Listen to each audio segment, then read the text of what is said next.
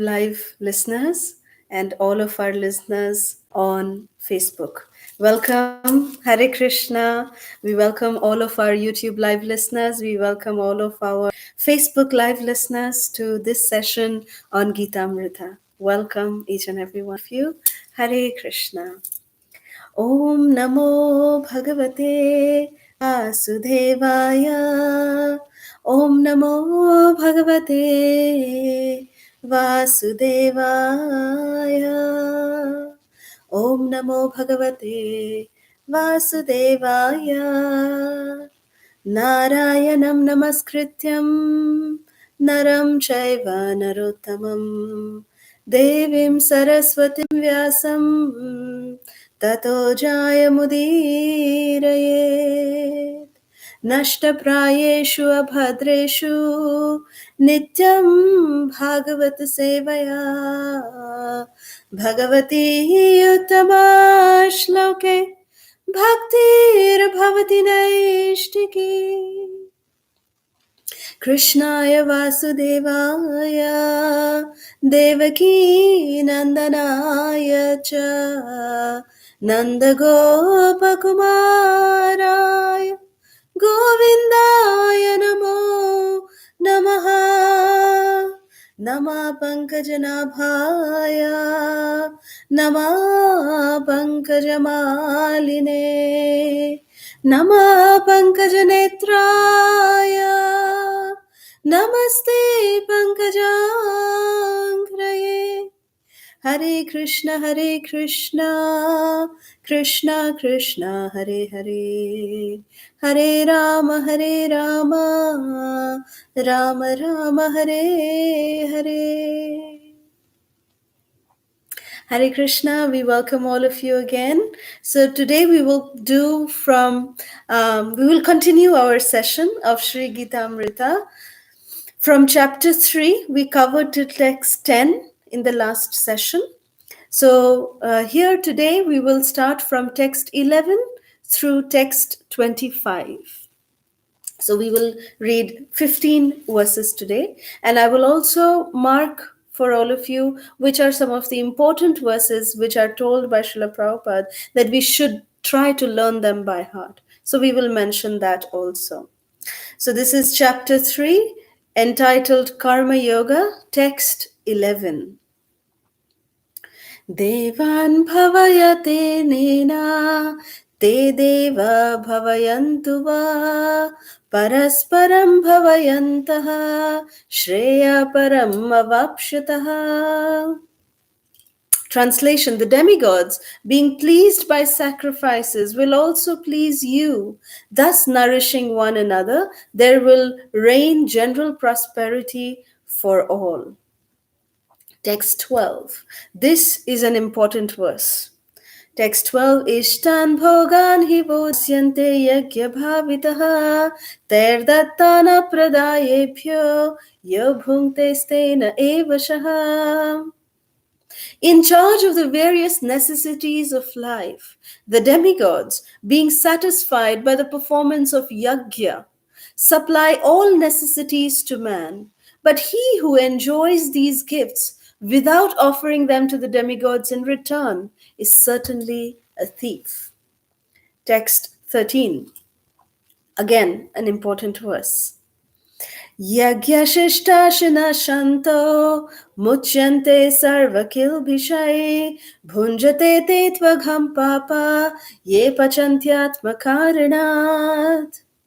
The devotees of the Lord are released from all kinds of sins because they eat food which is offered first for sacrifice.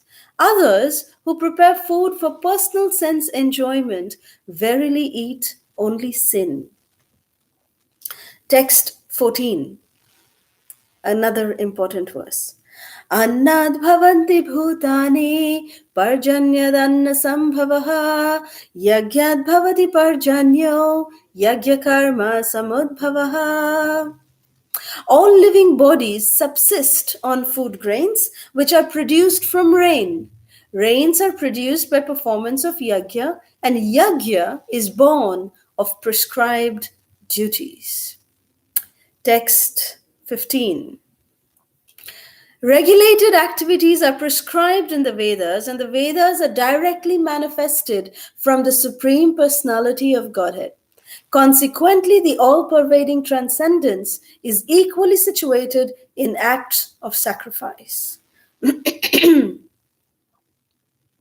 Text 16. My dear Arjuna, a man who does not follow this prescribed Vedic system of sacrifice certainly leads a life of sin. For a person delighting only in the senses lives in vain.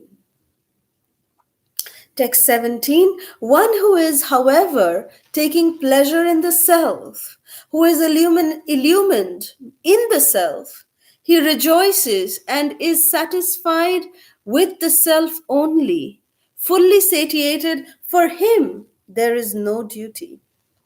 Text 18. A self realized man has no purpose to fulfill in the discharge of his prescribed duties, nor has he any reason not to perform such work, nor has he any need to depend on any other living entity. Text 19. Therefore, without being attached to the fruits of activities, one should act as a matter of duty. For by without for by working without attachment, one attains the supreme. Text 20.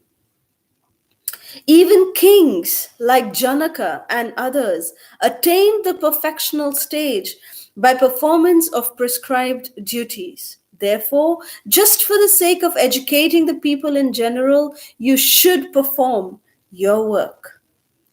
Text 21, very important verse.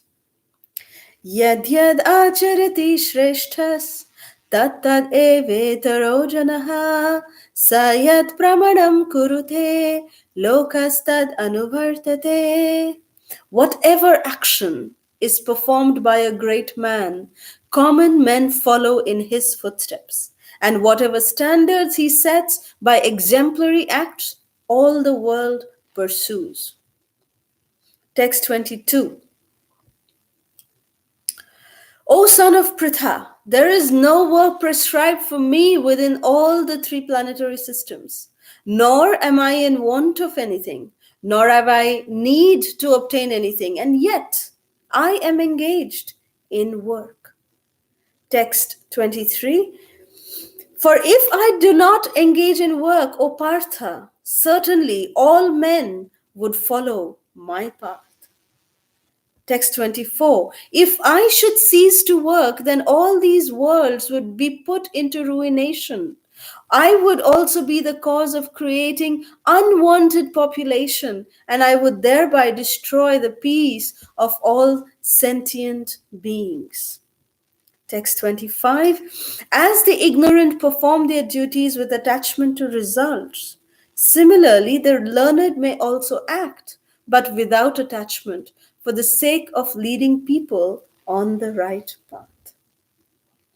Om Jnanatimirandhasya Jnananjanashalakaya Chakshurunmilitam Yena Tasmai Shri Gurave Namaha Nama Om Vishnupadaya Krishna Prishtaya Bhutale Srimate Radhanath Swaminiti Namine Nama Om Vishnupadaya Krishna Prishtaya Bhutale Srimate Jayapataka Swaminiti Namine Namacharya Padaya Nitaya Kripa Pradayane Gora Katha Dhamadaya Nagara Gramatarine Namam Vishnu Padaya Krishna Prishtaya Bhutale Srimate Bhakti Vedanta Swami Niti Namine Namaste Saraswati Deve Gauravani Pracharine Nirvishesha Shunyavadi Paschatya Deshatarine Jai Shri Krishna Chaitanya Prabhu Nityananda Shri Advaita Gadadhar Shivasadi Gaura Bhakta Vrinda Hare Krishna Krishna Krishna Hare Hare Hare Rama Rama Rama Hare Hare Mukham karoti vachalam pangur langayate girim Yat kripata maham vande Shri Gurung Dinatarinam Paramananda Madhavam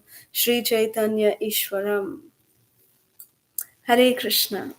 So again, welcoming all of you to this beautiful session on Srimad Bhagavad Gita. So these 15 verses that we read, Krishna is explaining something very, very important here to Arjuna. You see, Krishna is explaining how this world is supposed to work. It is supposed to work. Very important to understand this. It doesn't necessarily work in this way, but it is supposed to work in this way so that proper results can be derived. So Krishna here is explaining in text 11 that we read today, the first verse that we read today, that the devatas, being pleased by sacrifices, will also please you. Thus, nourishing one another, they will rain prosperity for all. So Krishna is saying, Krishna himself, he engaged in performing Indra Yagya. He, the people of Braj, Nanda Maharaj and all the Brajbasis, they used to offer sacrifices to Indra every year so that Indra would shower rains. So that their, rains are a main source of sustenance for the Gopalas, for the cowherd men in Braj, because their main occupation is cow grazing, taking care of the cows. The cows need fresh grass to eat. So on, when there is rain, there'll be proper grasses. So the cows can nourish themselves with those grasses and they can provide ample amount of milk. So this is, so for that purpose, Indra was being offered sacrifices every year by the Brajbasis. And Krishna, he said, well, Indra, Krishna gave something even more higher. He taught the Brajbasis something much more higher. You see, what Krishna is telling here in text 11 is about, exchanging between a shopkeeper and a person.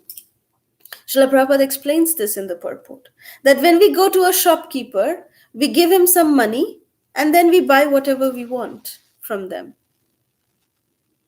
So the shopkeeper will not see that, oh, there's a little child who is having, milk teeth is falling, new teeth is coming, there's some cavities in the teeth, but still the child is giving money to buy some chocolate. The shopkeeper will not think, oh, this chocolate is not good for the child, I should not give. Because the child is giving money, the shopkeeper will give chocolate to the little child. But for a father, if a father sees that the child is asking for something which may not be good for him, the father will tell the child, will make the child understand that, my dear boy or my dear daughter, please don't take this now. You can take this instead. The father gives different options. So Srila Prabhupada explains that the dealings between the demigods and the people in general are like that of the shopkeeper and the customer. The demigods will just give results not knowing, not knowing whether it is for the good or for the bad of that person involved. But when we approach Krishna, Krishna is like our father. Krishna sees what is good for us and Krishna will give what is good for us. That is the beauty of Krishna, to have beautiful relationship with Krishna. Krishna does what is best for us, no doubt about it. So when Krishna saw that his father and the entire Braj was worshipping Indra, Krishna told Nanda Baba that, Baba, why are you worshipping Indra? Indra, whether you worship him or not, it is his duty to anyways, give rains. That is his duty. So let's not do that. Let's not worship Indra. Rather, we should worship Giriraj, Sri Govardhan Maharaj. We should worship Giriraj Govardhan Hill. Because Giriraj is the one who is providing beautiful, tender grass for all our cows. Giriraj is giving us shade. Giriraj is, because of the height of Giriraj, Giriraj is the one who is actually stopping the rain clouds. And by the rain clouds, when they're colliding with the peaks of Giriraj, they're showering rains.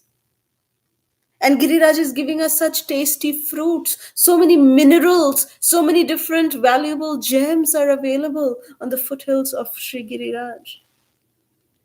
So we should worship Govardhan. Our main duty is that we should worship Sri Giriraj. Govardhan. Govardhan means, the meaning of the name Govardhan is that one who nurtures the cows. गो का वर्धन करने वाले को गोवर्धन कहते हैं. The one who nurtures the cows is called Govardhan. Govardhan. So Govardhan is the one we need to worship. So as soon as Krishna gave nice logic, Brajbasis, they got immediately impressed. They said, yes, yes, Kanha, we'll do whatever you say. So then they immediately went and they took all the sacrifice that was meant for Indra. They took it to Giriraj. And they did a beautiful worship for Giriraj. And so many offerings were offered to Giriraj. And Giriraj kept eating, kept eating. And when Giriraj manifested, they could all see, all the Brajbasis, they said, oh, this is our Kanha. But only thing is that our Kanha, he actually has two hands. But here in Govardhan, he is manifesting in four hands. But look at the face. The face is exactly like our Kanha. So this is our Kanha in four hands. So Giriraj actually is both Bhagavan and he is Bhagavat. Very special, unique position of Giriraj. That he is the Supreme Personality of Godhead, but he is the greatest devotee of the Supreme Lord also. This the Lord proved through this pastime of Sri Giriraj.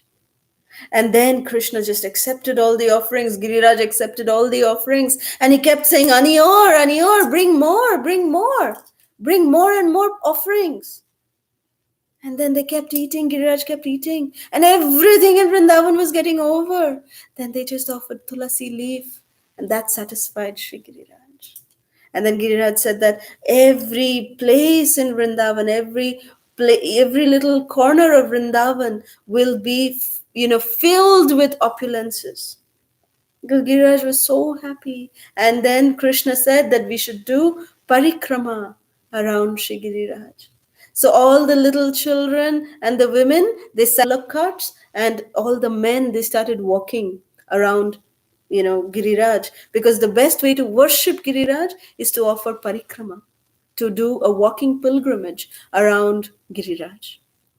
So Krishna himself started this culture of parikrama of Sri Giriraj, which we follow till today. But what happened as a result of this? As a result, Indra was so angered that how could my sacrifice be stopped? In his pride, in his arrogance, in his pride that he was the king of the heavenly planets, in that pride, Indra forgot that about the supreme position of Krishna. And he challenged, who is the 7-year-old boy who has stopped my worship? I'm going to teach them a lesson. He called on the pralaya clouds that pour torrential rainfall. The Samvartaka clouds were, summoned by Indra. And he said, go and pour down and flood and just wash away this land called as Vrindavan. And I'm coming on the back of Airavata. So Indra sitting on his 5-headed elephant, Airavata, he came. And, Samvartaka came and he just was pouring torrential rain clouds. And Indra with his, Vajra, his weapon is Vajra. And he was, pouring more and more, thunder, lightning. He was striking in Vrindavan. Vrindavan was getting flooded. And as soon as all the Brajbasis are in trouble, what do? They just run to Krishna. Krishna, Trahimam, help us, oh Krishna, please help us. And when Krishna came, he said, don't worry. We worshipped Govardhan, he will protect us. So Krishna came. And then just like Srila Prabhupada explains that how a child picks up a mushroom from the ground, Krishna similarly with the left pinky of his, left hand, Krishna picked up Sri Giriraj.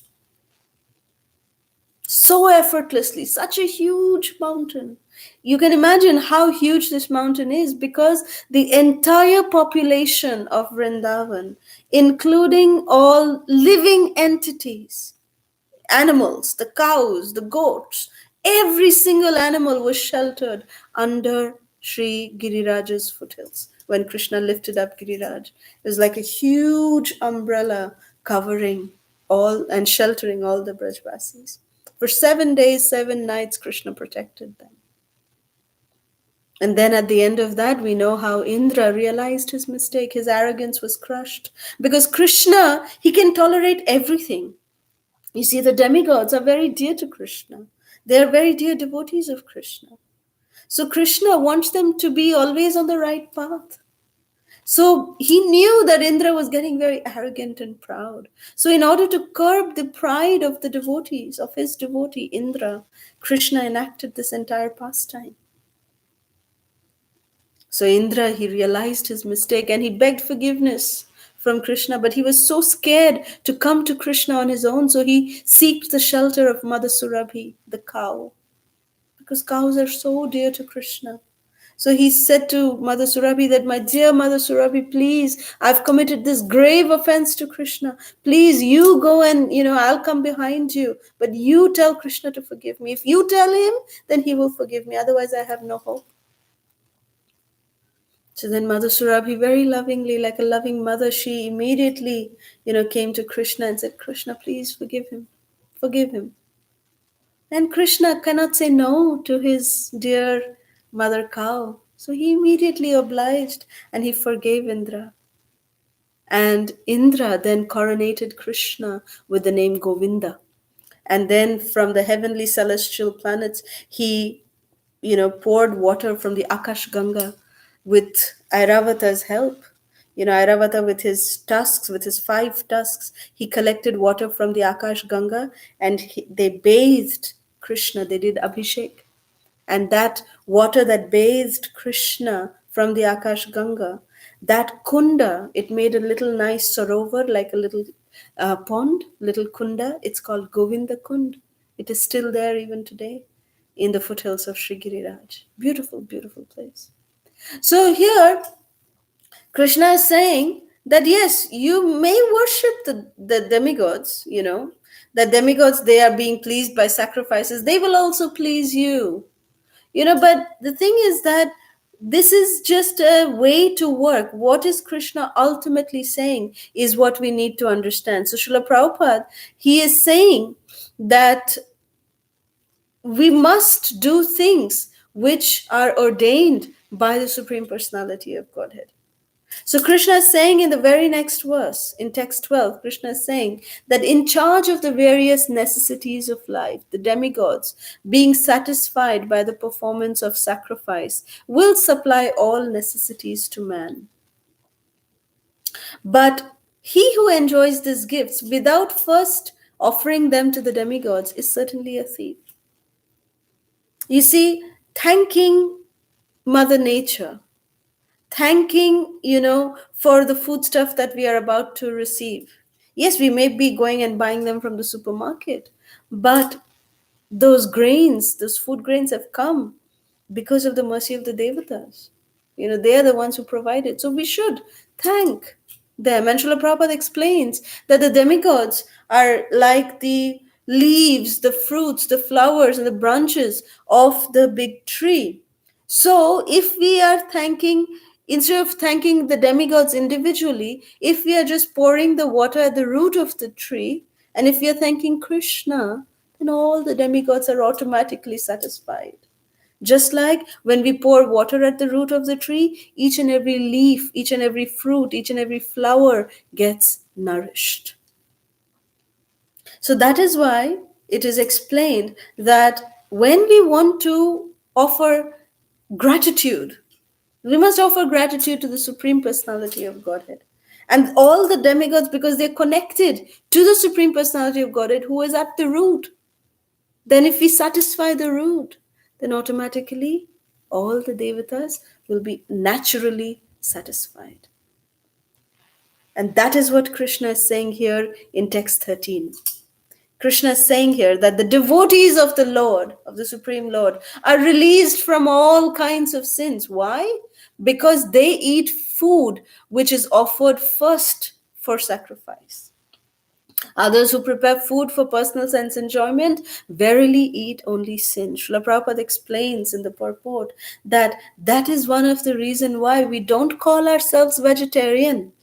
We are not vegetarian. Prabhupada says even the sparrow is a vegetarian. Even the elephant is a vegetarian. We are not vegetarians. We are Krishnatarians. That we actually first offer the food to Krishna. And because Krishna, you see, even vegetables and fruits, they have life. So if we are killing them in one sense, there is karma that is involved. Even if we eat just sabjis and even if we just eat vegetables and fruits, there is karma even in that. We do get sinful reactions for them. So, how do we free ourselves from sinful reactions? We have to eat something which is prescribed for human beings to eat. So, that in that category, still, how to become karma free is by when we actually offer the food. The person who has given life to the vegetables and the fruits, if we offer our foodstuff to him first, then the one who has given life has the power to take the life too. So Krishna then sanctifies the food. He makes it karma free and he returns it back to us as pure mercy. Prasad means mercy.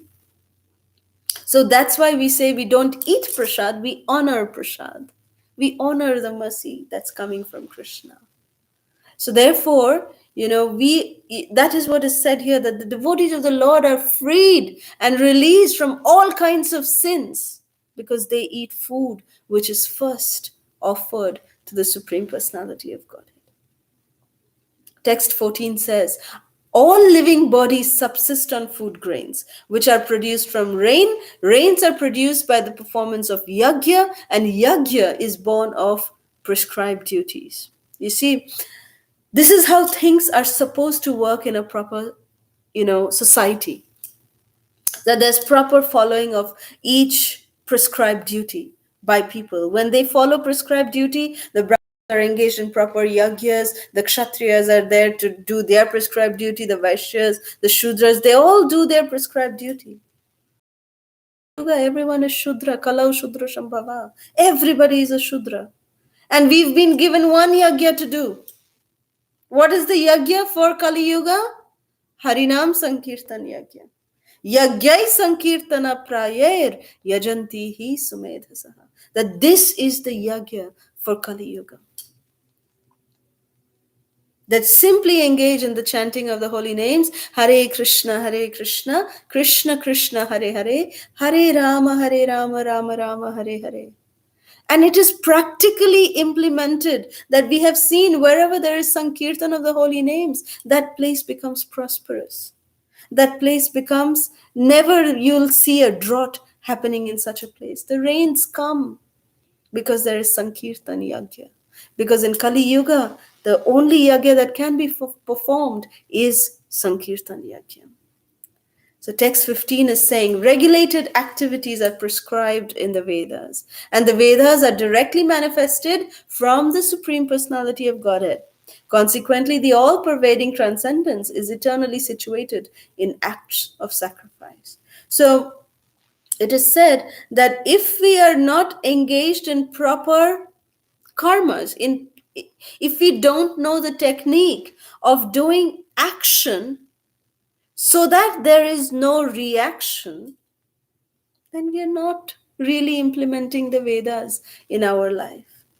How to perform action which does not have any binding, which does not bind us to this world of goodness and misery. That is the technique that is taught here in the Bhagavad Gita. And that is exactly what Krishna is saying here in this particular verse. That the Vedas are teaching us how to perform action in such a way that there is no reaction. That is the performance of akarma or Krishna karma. Text 16, we come to where Krishna is saying to Arjuna, he's addressing Arjuna, that my dear Arjuna, a man who does not follow the prescribed Vedic system of sacrifice certainly leads a life of sin. Pretty obvious statement.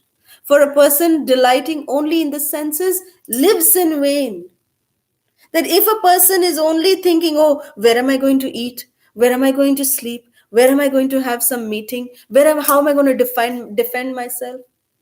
then such a person is just living like, how there's a very beautiful story called Animal the Great. One time in the court of Alexander, Alexander, he was a very, very, we all know the history of Alexander, that he was a plunderer. He would go to different countries and he would plunder their wealth, he would steal from them, and he would win over countries after countries. So similarly, one time Alexander was just, parked outside a country. He was about to go in and plunder them. And so therefore he had his entire army, that had set up, and he had the one tent which was for keeping all the loot, for all the treasury basically, which had all the loot that he had looted from different countries. So that was there. So there was a small time thief who just entered into that camp of Alexander. And he went straight to that tent where there was so much treasure. And he stole a little few gold coins. And as soon as he was coming out, he was obviously caught. When he was caught, he was brought in front of Alexander. That this is a man who's trying to steal from you, my dear King Alexander. Look at the audacity of this thief. So then this thief, he was standing with his head held low and he was, guilty. He was found guilty. He was caught red handed. So Alexander said, "Oh, what is your audacity? How can you come and steal from me? So therefore, you should be beheaded. That's your punishment. You should be beheaded." So this thief was being taken away, by the soldiers, and the thief suddenly just said, "Stop!" Everyone was shocked. After Alexander gives a verdict, no one says stop. So then Alexander and everyone was confused. They're saying, "Oh, what does this thief have to say?" So everyone looked at the thief and they said, "Yes, what do you have to say?" So he said, "Well, why?" He asked Alexander, "My dear king, why did you give me this sentence of my head being severed?" So Alexander replied that, "My dear thief, you have come into my property without my permission. You have taken things that belong to me. So therefore, you are a thief." So the thief just smiled and he said, "My dear sir, what do? You also go into other people's lands and you also take things from them without their permission and you take things away from them. So, what is the difference between me and you? Just because you're doing it in a bigger scale, just because you're doing it with so many armies, it's making you Alexander the Great. So if I am supposed to be beheaded, you are also supposed to be beheaded because you are committing the same sin, but just in a larger way, in a bigger way, in a greater way. So Alexander it was as, light bulb moment for Alexander. But this story makes us realize that what is the difference between animals and human beings? Animals, they are just engaged in eating, sleeping, mating, and defending. If human beings also just do only that, eating, sleeping, mating, defending, animals, they just eat whatever they get. They sleep on the streets, they mate, and they defend with their claws. But human beings, just because they're doing the same thing in a grander way, in a greater way, they will nicely eat fancy food stuff at a posh restaurant. They will sleep on, what's that called? Mattresses, soft mattresses, chiropractic mattresses, like that, air mattresses, water mattresses. But the principle is the same of sleeping. They'll sleep in posh apartments. They will have mating. And in defending, human beings may defend with atom bombs, nuclear bombs, whatever. But the principle of defending is the same. So if animals and human beings are doing the same thing, then human beings, if they're doing the same thing like the animals, it's not making them human beings. It's just, at best, making them animal the great. Do we want to stay as animal the great? How can we distinguish ourselves? What extra are we actually supposed to do so that we can qualify ourselves to be called as human beings? What is that extra step that we need to take, which will distinguish us from the animals? That is our inquiry into the absolute truth. Athato Brahma Jigyasa. That now, therefore, that you have got this human form of life, therefore you must inquire into the absolute truth. That is the special privilege that has been given to all of us in this human body. Special opportunity to reawaken our dormant love for Krishna. So this is what is Krishna is saying, that in text 18, Krishna is saying that a self-realized man has no purpose to fulfill in the discharge of his prescribed duties, nor has he any reason not to perform such work. So a self-realized man, he can choose. He is not bound to do anything, but he chooses to work so that he can set a proper example in society. And that's why Krishna is saying that, therefore, in text 19, very important verse, he's saying, therefore, without being attached to the fruits of activities, one should act as a matter of duty. For by working without attachment, one attains the supreme. So not being attached to the result of work, by offering the result of our work to Krishna, that kind of work does not have any reaction. That is a karma. That is what Krishna is explaining here. In text 20, this is again Krishna is quoting to Arjuna that I'm not just saying this, but there are great personalities who lived like this. Like he gives the example of King Janaka. King Janaka was actually called a Rajarshi. That Raja Rishi means he was not only a king, but he was a great yogi. He was a Rishi. He was a Muni. Why? Because he knew the absolute truth and he was acting on that basis. So Krishna is saying here that we should perform our duty, but as just a duty, and give the result of our work to Krishna. And then Krishna gives a very, very important verse in text 21. He says, whatever actions a great man does, common men follow that. And whatever standards he sets by exemplary acts, the entire world pursues. So here, Srila Prabhupada, he says that it is very important for people who are in leadership position, who are the leaders of our society, they should have impeccable character. They should have, spotless character so that people in general can follow that example. They should follow by all the rules and regulations so that people will also follow that. That is an acharya.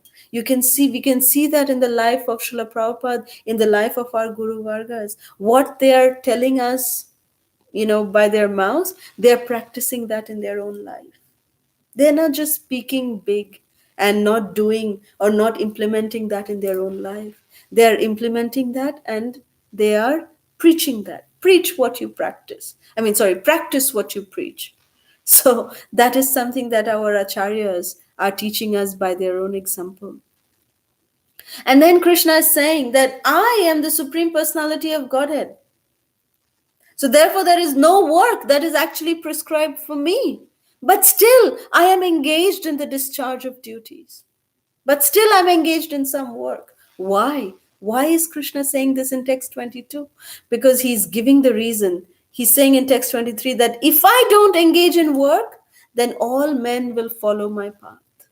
So therefore, Krishna did go to Gurukul. He didn't need to go to Gurukul. He didn't need to come back and manage Dwarka as a king, as a prince. He didn't need to do all of that. He didn't need to establish the laws of dharma by giving the beautiful teachings of the Bhagavad Gita. He didn't have to do all of this.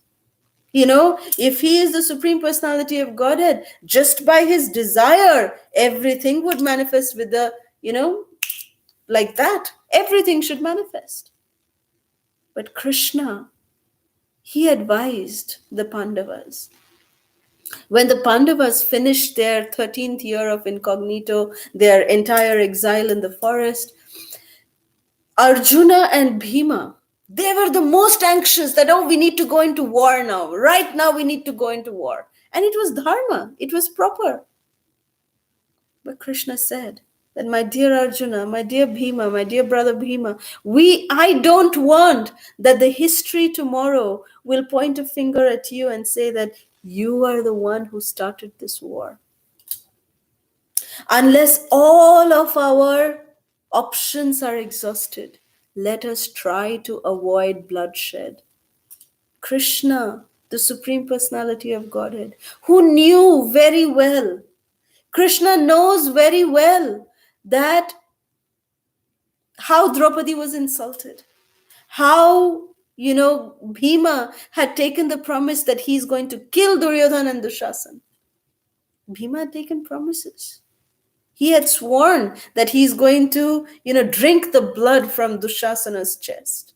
And then with that blood, he's going to wash the insult from Draupadi's hair. So unless there's a war, how can this happen?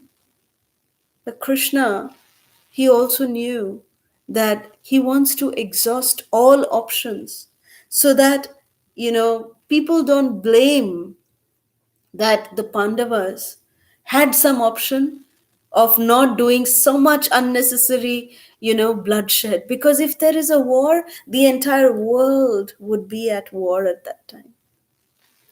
And there'll be a lot of bloodshed. Krishna knew that. I mean, he is the knower of everything. But still, Krishna wanted to give an opportunity. Krishna, that is called free will. You see, Krishna, he is the Supreme Personality of Godhead. If Krishna wants anything, no one can stop that. No one can stop that. But Krishna still wants us to use our independence. He wants us to use our free will so that we willingly surrender to Krishna. And that's what Krishna tried in the battlefield of Kurukshetra, also before the battle of Kurukshetra.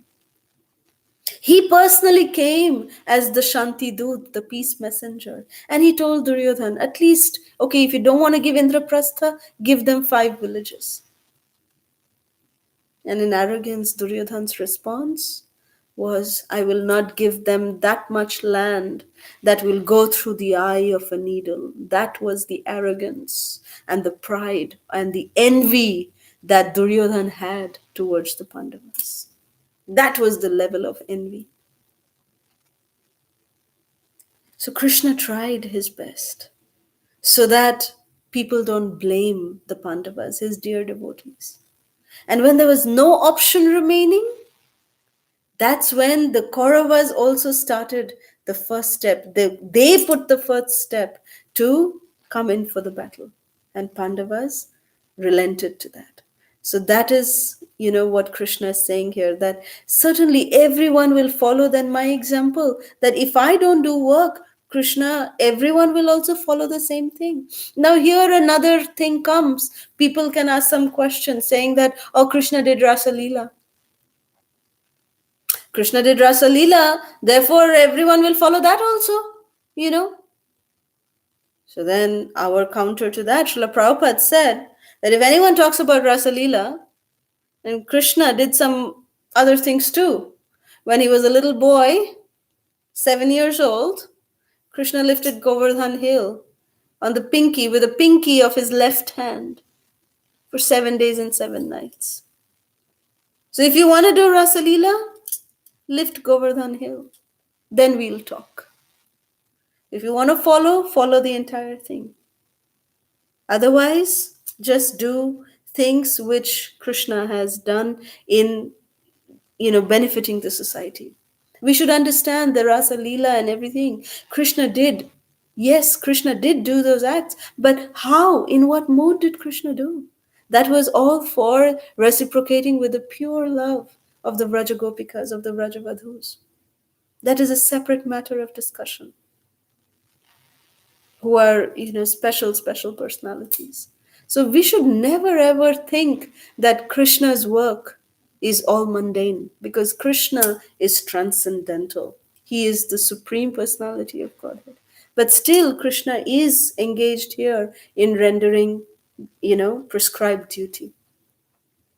So, text 25 that we read today, the last verse that we read today, is that as the ignorant perform their duties with attachment to results, similarly, the learned may also act, but without attachment, for the sake of leading people on the right path. So, very, very crude example that, we can see that a karmi, a regular materialistic person, is going shopping.